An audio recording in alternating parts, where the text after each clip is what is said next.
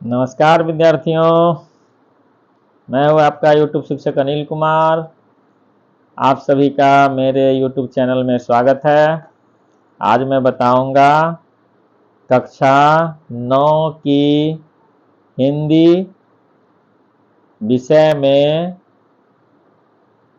जो भी half yearly और फाइनल एग्जाम होंगे उसमें किस प्रकार के प्रश्न आएंगे, कौन कौन से प्रश्न आएंगे मैं इस वीडियो में बताने जा रहा हूं। तो शुरू से अंत तक वीडियो को अवश्य देखिएगा। अगर ऐसा करते हैं तो आपको परीक्षा में 100% अंक आने की संभावना रहेगी। तो देखते हैं कौन कौन से प्रश्न आएंगे अर्धवार्षिक और वार्षिक परीक्षा में, हाफ ईयरली और एनुअल एग्जामिनेशन में कक्षा 9 CBSE की हिंदी प्रश्न पत्र में। तो अधिकतम अंक 80 अंक के रहेंगे। प्रश्न पत्र 3 घंटे समय मिलेंगे। इस प्रश्न पत्र में 2 खंड होंगे, खंड क और खंड ख, या खंड अ और खंड ब। तो दोनों में से कोई एक लिखे हुए रहेंगे। खंड क में या खंड अ में वस्तुपरक यानी कि बहुविकल्पी प्रश्न होंगे और खंड ख में वस्तुनिष्ठ या वर्णनात्मक प्रश्न होंगे। तो खंड अ में कुल 40 अंक के प्रश्न होंगे और खंड ख में भी कुल 40 अंक के प्रश्न होंगे। तो प्रश्न पत्र के दोनों खंडों में प्रश्नों की कुल संख्या 17 होगी और सभी प्रश्न अनिवार्य होंगे। यथासंभव सभी प्रश्नों के उत्तर जो है क्रमानुसार लिखना आवश्यक होगा, तभी अच्छे अंक मिलेंगे, ताकि चेक करने वाले को कोई परेशानी का सामना न करना पड़े। खंड अ में कुल 10 प्रश्न होंगे, जिनमें से उप प्रश्नों की संख्या 44 होगी, यानी कि 10 प्रश्न में जो विकल्प दिए जाएंगे वो सब मिलाकर के 44 होंगे। दिए गए निर्देशों का पालन करते हुए 40 उप प्रश्नों के उत्तर देना अनिवार्य होगा। तो 44 में से 40 प्रश्न जो है हमें देने होंगे। खंड ब में या खंड ख में कुल 7 प्रश्न होंगे। सभी प्रश्न के साथ उनके विकल्प भी दिए गए होंगे। निर्देशानुसार विकल्प का ध्यान रखते हुए सभी प्रश्नों के उत्तर जो है हमें लिखने होंगे। तो खंड अ में देखते हैं सबसे पहले कौन सा प्रश्न रहेगा। तो बहुविकल्पी प्रश्न रहेंगे। अपठित अनुच्छेद या अपठित गद्यांश दिया हुआ होगा और उसको पढ़ने के बाद उससे जुड़े हुए 5 बहुविकल्पी प्रश्नों के उत्तर हमें लिखने होंगे। तो सबसे पहले अच्छी तरह से अपठित गद्यांश को हम पढ़ लेंगे। पढ़ने के बाद 5-7 मिनट में 5 जो प्रश्न है अच्छी तरह से सोचकर समझ करके उसका उत्तर जो है हम लिखेंगे।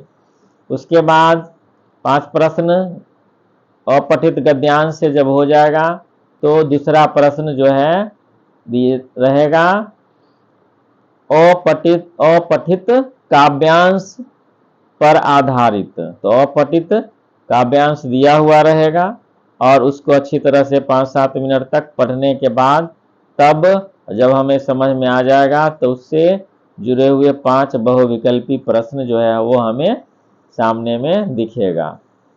देख सकते हैं पहला प्रश्न है, उससे जुड़े हुए 4 विकल्प दिए गए हैं। 4 में से किसी एक को सही पढ़ करके लिखना है। दूसरा प्रश्न दिया गया है, 4 विकल्प हैं। तीसरे प्रश्न है 4 विकल्प हैं। चौथा और 5 प्रश्न जो है वो काव्यांश और पठित काव्यांश पर दिए गए हैं, जिसको पढ़ने के बाद हमें 4 विकल्प में से किसी एक सही विकल्प को चुनना आवश्यक है। उसके बाद तीसरे प्रश्न में अब व्याकरण का भाग चालू होगा। तो पहला पाठ जो व्याकरण का है उपसर्ग और प्रत्यय से, तो उपसर्ग और प्रत्यय से 4 अंक के 4 प्रश्न जो है पूछे जाएंगे। 5 प्रश्न दिए हुए रहेंगे और 5 बहुविकल्पी प्रश्नों में से किसी 4 का उत्तर देना जरूरी होगा। तो 4 का ही उत्तर हम लिखेंगे 5 में से।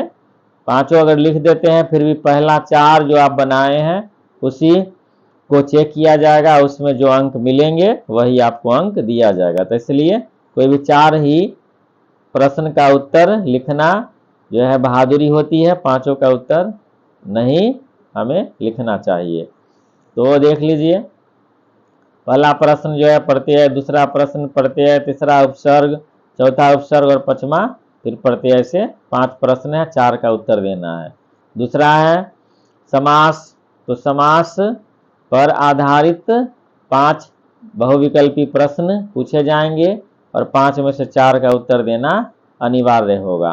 तो चौथे प्रश्न में जो है समास पर आधारित प्रश्न होंगे, समास दिया हुआ रहेगा और कौन सा समास है वो बताना होगा, या दूसरा परिभाषा के आधार पर प्रश्न जो है पूछे जाएंगे। कोई भी शब्द दे दिया जाएगा कि मान लीजिए घनश्याम में कौन सा समास है, तो हमें उसी प्रकार उसका उत्तर विकल्प में से चुन करके देने होंगे। तो 5 प्रश्न जो है वो पूछे जाएंगे समास से। उसके बाद 5वां जो प्रश्न होगा वो होगा अर्थ की दृष्टि से वाक्य भेद। तो आपके व्याकरण में अर्थ की दृष्टि से वाक्य भेद जो पाठ है उस पर आधारित 5 बहुविकल्पी प्रश्नों में से किन्हीं 4 प्रश्नों के उत्तर जो है देने अनिवार्य होंगे। तो पहला प्रश्न देख लीजिए, अर्थ की दृष्टि से वाक्य भेद बताइए। उसने कोई उपाय नहीं किया, तो इस वाक्य का जो है हमें बताना है कि अर्थ की दृष्टि से कौन सा भेद है। दूसरा प्रश्न देख लीजिए, वाक्य भेद बताइए। तीसरा प्रश्न वाक्य भेद बताइए। चौथा वाक्य भेद बताइए। पांचवा वाक्य भेद बताइए। तो पांचों प्रश्न जो है वाक्य भेद से पूछे गए। फिर उसके बाद अगला जो छठा प्रश्न होगा वह होगा अलंकार से। तो अलंकार पर आधारित 5 बहुविकल्पी प्रश्नों में से किन्हीं 4 प्रश्नों के उत्तर देने अनिवार्य होंगे।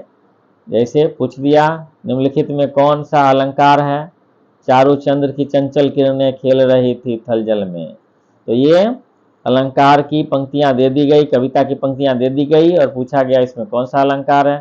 तो अलंकार हम लोग अलंकार से प्रश्न पूछे जाएंगे, 4 अंक, 5 सवाल दिए रहेंगे। अब देख लीजिए तीसरा चौथा ये सभी अलंकार से जुड़े हुए प्रश्न हैं। इसको पढ़ने के बाद हमें सही उत्तर जो है वो देने होंगे। तो 5 प्रश्न हो गए अलंकार से, 4 का उत्तर देना है। उसके बाद देखिए 7वां प्रश्न है अनुच्छेद को ध्यान 7वां जो प्रश्न होगा वो आपके क्षितिज पाठ्य पुस्तक के कहानी खंड यानी कि गद्य खंड के किसी भी कहानी से लिया जाएगा। अनुच्छेद यानी कि पठित गद्यांश जो है आपके क्षितिज पाठ्य पुस्तक से किसी भी कहानी का पद्यांश ले लिया जाएगा, गद्यांश ले लिया जाएगा, कहानी का अंश ले लिया जाएगा और तब उससे जुड़े हुए 5 प्रश्न जो है वो बहुविकल्पी के पूछे जाएंगे। बहुविकल्पी 5 प्रश्न उससे पूछे जाएंगे। उसके बाद फिर कहानी के आधार पर 2 अन्य बहुविकल्पी प्रश्न जो है वो पूछे जाएंगे। तो 5 और 2 7 अंक के बहुविकल्पी प्रश्न जो है वो पूछे जाते हैं क्षितिज के गद्य खंड से। अब देख लीजिए 2 और प्रश्न हो गया, 2 और प्रश्न पूछा गया। उसके बाद है अगला प्रश्न, उसमें काव्य खंड यानी कि कविता खंड से, काव्य खंड से जो है सो कुछ पंक्तियां दी हुई रहती हैं जो आपके पाठ्य पुस्तक में क्षितिज में काव्य खंड में दिया हुआ रहता है। उसी में से कुछ पंक्तियां दी हुई रहती हैं। उसको पढ़ने के बाद 5 सवाल के जवाब देने होते हैं। 5 बहुविकल्पी प्रश्नों के उत्तर जो है वो 4 में से 1 को चुनना पड़ता है। तो 5 प्रश्न ये हो गए। उसके बाद फिर पद्य खंड के आधार पर फिर 2 बहुविकल्पी प्रश्न जो है वो पूछे जाएंगे और 2 बहुविकल्पी प्रश्नों में से जो भी उत्तर सही होंगे 4 में से उसमें उसको हमें लिख देना होगा। तो इसमें भी 2 प्रश्न जो है हमें मिलेंगे। खंड ब या खंड ख में वर्णनात्मक प्रश्न होते हैं। वर्णनात्मक यानी कि वर्णन करने वाला प्रश्न, अच्छी तरह से लिख करके उत्तर देने वाले प्रश्न। तो गद्य पाठों के आधार पर 4 प्रश्नों में से किन्हीं 3 प्रश्नों के उत्तर जो है 25 से 30 शब्दों में देना होगा। तो यह जो है 2-2 अंक के 3 प्रश्न पूछे जाएंगे। क्षितिज पाठ के कहानी खंड से जैसे 3 प्रश्न मान लीजिए, ये रहा लेखक ने अपने यात्रा वृत्तांत में तिब्बत की भौगोलिक यात्रा का जो चित्र खींचा है उसे अपने शब्दों में लिखिए। तो इस प्रकार 3 प्रश्न जो है वो लिखने होंगे। 4 प्रश्न हमें दिए हुए विकल्प में मिलेंगे और 4 में से कोई 3 जो है वो हमें बनाना होगा। उसके बाद देख लीजिए, उसके बाद पद्य पाठ हो यानी कि काव्य खंड, कविता के खंड से फिर 3 प्रश्न हमें लिखना होगा। 4 प्रश्न दिए हुए रहेंगे और 4 में से 3 प्रश्न जो है वो हमें हल करने होंगे। 3 प्रश्नों के उत्तर जो है हमें देने होंगे। तो इस प्रकार 6 अंक के काव्य खंड से, 5 अंक के काव्य खंड से और 5 अंक के जो है कहानी खंड से प्रश्न पूछे जाएंगे, जो पठित गद्यांश और पठित काव्यांश दिए हुए रहेंगे। और उसमें से उसके बाद जो है 3-3 प्रश्न रहेंगे। 3 प्रश्न रहेंगे कहानी खंड से, 3 प्रश्न रहेंगे कविता खंड से और उसका उत्तर जो है 25 से 30 शब्दों में हमें लिखने होंगे। 4 में से 3-3 बनाने होंगे। उसके बाद देख लीजिए,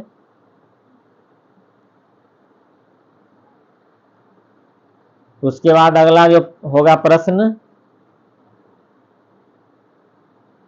किन्हीं 3 प्रश्नों में से किन्हीं 2 प्रश्नों के उत्तर 50 से 60 शब्दों में लिखिए। यानी कि पूरक पाठ्य पुस्तक, आपके जो पूरक पाठ्य पुस्तक है कीर्तिका में 3 पाठ पढ़ने होते हैं। तो 3 प्रश्न भी पूछे जाते हैं। 3 प्रश्न में से कोई भी 2 प्रश्न का उत्तर लिखना जरूरी होता है। तो 2 प्रश्न का उत्तर हम लोग लिखते हैं 50 से 60 शब्दों में, तो आसानी से जो है हमें 8 अंक मिल जाते हैं। 2 प्रश्न 4-4 अंक के, तो कुल मिलाकर 8 अंक जो है वो हमें मिलते हैं कीर्तिका से 2 प्रश्नों के उत्तर के लिए।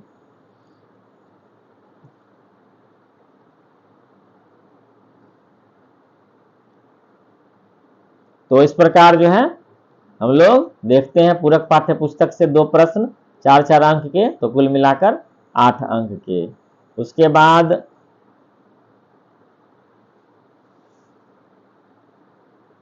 फिर अब आते हैं पूरक पाठ्य पुस्तक से हो गया यानी कि कीर्तिका से 2 प्रश्न। अब उसके बाद आते हैं अब लेखन भाग में। तो एक अनुच्छेद लिखना होता है 120 शब्दों में। 120 शब्दों में हम लोग अनुच्छेद लिखते हैं। अनुच्छेद पर 3 जो है सो विषय दिए हुए रहते हैं, किसी एक पर लिखना आवश्यक होता है। तो जो हमारे समाज में घट रही घटनाएं होती है उससे जुड़े हुए प्रश्न जो है वो पूछे जाते हैं, अनुच्छेद लिखने के लिए पूछे जाते हैं। तो अनुच्छेद 120 शब्दों में। उसके बाद है अगला है वह है हमें पत्र, औपचारिक या अनौपचारिक, कोई भी एक पत्र लिखने के लिए आता है। औपचारिक या अनौपचारिक में से कोई एक हम लोग लिखते हैं। 100 से 120 शब्दों में, 100 शब्दों में पत्र जो है 100 शब्दों में लिखा जाता है। तो हमें पत्र लिखना होता है, एक पत्र। उसके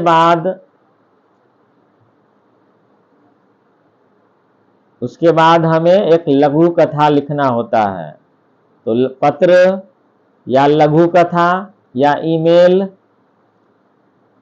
या संवाद, तो ईमेल संवाद ये सभी जो है वो लिखने होते हैं। उसके बाद जो है सूचना पट पर सूचना जो है वो लिखना होता है। तो जो सूचना भी हम लोग लिख सकते हैं। तो या तो सूचना लिखेंगे या संवाद या ईमेल में से कोई एक लिखेंगे या लघु कथा लिखेंगे। तो इतना में से कोई एक जो है वो लिखना होता है। उसके बाद पत्र में से कोई एक लिखना होता है, और उसके बाद जो है तो अनुच्छेद कोई एक लिखना होता है। तो इस प्रकार कुल मिलाकर के 17 जो है तो प्रश्न पूछे जाते हैं, और 17 जो है प्रश्नों के उत्तर हमें देने होते हैं। तो यही सब प्रश्न रहेंगे आपके परीक्षा में। अब कैसे हमें लिखना है ताकि बहुत अच्छे अंक आए हिंदी में, इसके लिए मैं दूसरे वीडियो बनाऊंगा। तब तक के लिए नमस्कार। फिर मिलते हैं अगली वीडियो में।